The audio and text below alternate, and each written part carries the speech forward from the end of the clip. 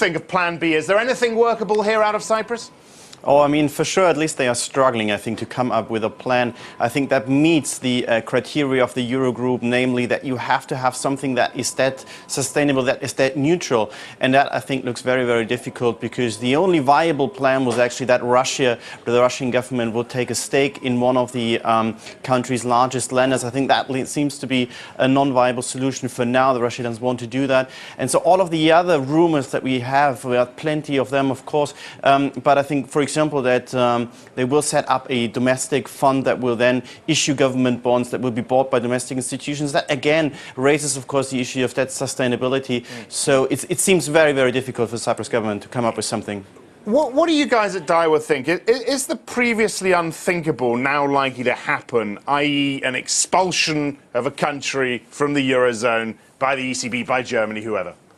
I think if we look at how the crisis has been handled in the first place, if we look at the most recent comments that we see from representatives of the Troika, of the Eurogroup, then yes, it really suggests that this time the Eurogroup will be more willing to let potentially a country go if it doesn't stick to the plan.